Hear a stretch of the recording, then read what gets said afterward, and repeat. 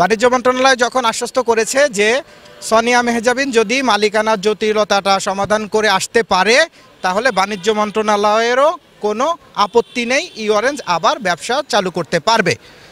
আর গ্রাহকদের নিয়ে যদি প্রশ্ন করেন তাহলে গ্রাহকদের ব্যাপারে ই-অরেঞ্জ সোনিয়া মেহজাবিনের পক্ষে বার্তা হচ্ছে যে সোনিয়া মেহজাবিন গ্রাহকদেরকে বলছে যে আপনারা বিচলিত হবেন না। তিনি যেহেতু আবার ই-অরেঞ্জের দায়িত্ব গ্রহণ করতে আগ্রহ প্রকাশ করেছেন,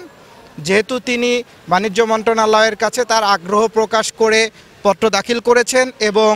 তিনি কিভাবে তার এসএসএলে আটকে থাকা 34 কোটি টাকা বের করে গ্রাহকদের পাওনা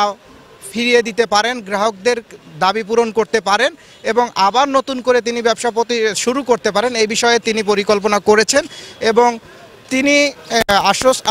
গ্রাহকদেরকে আশ্বস্ত করেছেন যে গ্রাহকরা মানে তিনি যদি জামিনে বের হতে পারেন, তিনি জামিনে বের হয়েই সর্বপ্রথম বাংলাদেশ ব্যাংকের এসএসএলে যে গ্রাহকের 34 কোটি টাকা জমা রয়েছে সেই টাকাটা বের করে আগে গ্রাহকের পাওনা পরিশোধ করবেন। এখন আমরা গ্রাহকরা অবশ্যই এই যে iorange.com-এর যেমন মেহজাবিন এবং মাসুকুর রহমান তাদেরকে জামিনের মাধ্যমে হোক বা যেভাবে হোক মুক্তি করার জন্য আগ্রহ করতেছি। কারণ হচ্ছে তারা মুক্তি পাইলে মানে তারা আশাবাদী দিছে যে আবার ব্যবসা চালু করবে পুরনোভাবে এবং যারা ভুক্তভোগী ছিল তাদের টাকা